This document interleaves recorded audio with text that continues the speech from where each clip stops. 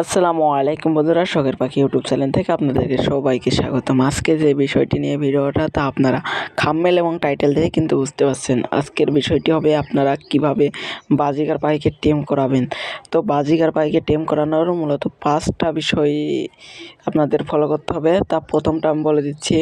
1 নম্বর বিষয় হলো আপনাদের বাজিগার পাখিকে বেশি বেশি করে সময় দিতে হবে। বেশি বেশি করে সময় এবং ভালোবাসা দিতে পারলে কিন্তু বাজিগার পাখি আপনাকে চিনতে পারবে। এবং 2 নম্বর বিষয় হলো বাজিগার পাখিটাকে এমন স্থানে রাখুন যেখানে আপনাকে দেখতে পাবে বাজিগার পাখিটি।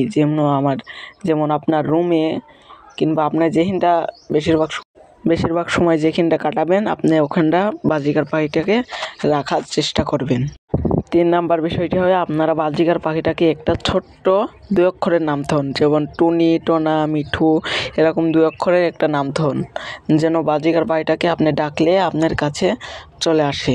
সে বুঝতে পারবে একটা নাম তোলে যে আমাকেই কিন্তু আমার মালিক ডাকছে। 4 নাম্বার কাজটি হবে আপনার বাজিগার পাখিটাকে যে খাঁচার মধ্যে রাখবেন সেই খাঁচার মধ্যে খাবার নিয়ে অন্তত 5 মিনিট ধরে আপনি অপেক্ষা করুন। দেখবেন আপনার পাখিটা আপনার হাতে এসে খাবার খাবে। তবে মনে রাখতে হবে বাজিগার পাখির খাঁচার মধ্যে যখন হাত দিবেন তখন হাতটা যেন কোনোভাবেই নড়াচড়া না করে। তবে আপনাকে মনে রাখতে হবে ছোট বড় সব বয়সের পাখিকেই কিন্তু টেম করানো সম্ভব। তবে বাচ্চা পাখি টেম করানো খুবই সহজ। যেমন আমার এই 2টো পাখিকে দেখুন, তারা 2জন কিন্তু আমার হাতে এসেই খায় এবং আমার হাতে খাইতে পছন্দ করে।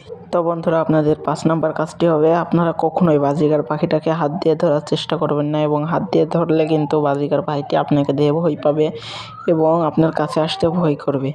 তো বন্ধুরা, ভিডিওটি আর বড় করব না, ভিডিওটি এখানেই শেষ। আসসালামু আলাইকুম।